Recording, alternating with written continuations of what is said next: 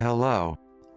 In this video I will show you how to make a professional sounding master using Ozone elements. First, make sure you create a master aux and a print track. Make sure you have a way of monitoring your print level. In LUFS, I am using waves, loudness meter. Using Ozone elements, select Master Assistant, set it to intensity, high, and destination streaming. Let your song play for a few seconds. Ozone will tweak your EQ and set your level.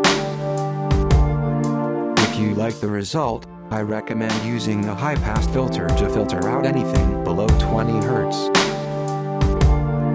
Like so.